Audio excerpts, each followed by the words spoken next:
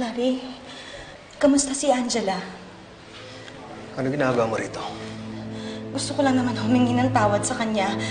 Alam ko namang may pagkakamali ako dun sa nangyari. Gusto ko lang mag-sorry sa kanya. Ba't mo nagawa yun? Ba't mo nasaktan si Angela? Alam mo, hindi ko maisip kung paano mo nagawa yun. Parang anak mo na si Angela.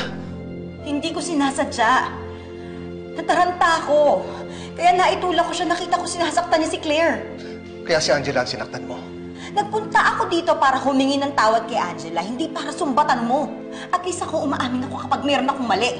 Ito na naman tayo. Si Angela pinag-usapan natin dito. Hindi tayo. Bakit tinamaan ka? Guilty ka kasi. Tsaka bakit pa hindi mo tanungin si Margaret? Tanong mo sa kanya kung bakit nagkaroon ng gulo dun sa restaurant. Alam ko, it all started sa pagiging selosa at paranoid ng anak mo. Siguro nagmana sa'yo. Pwede ba huwag mo nga akong husgahan?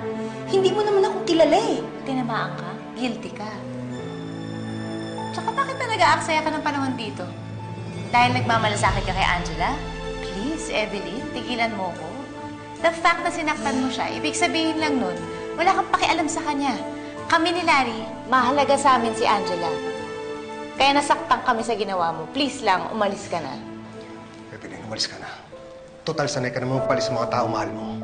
Kung hindi mo mahal si Angela, huwag mo siyang saktan. Huwag mo gawin sa kanya yung ginawa mo sa akin.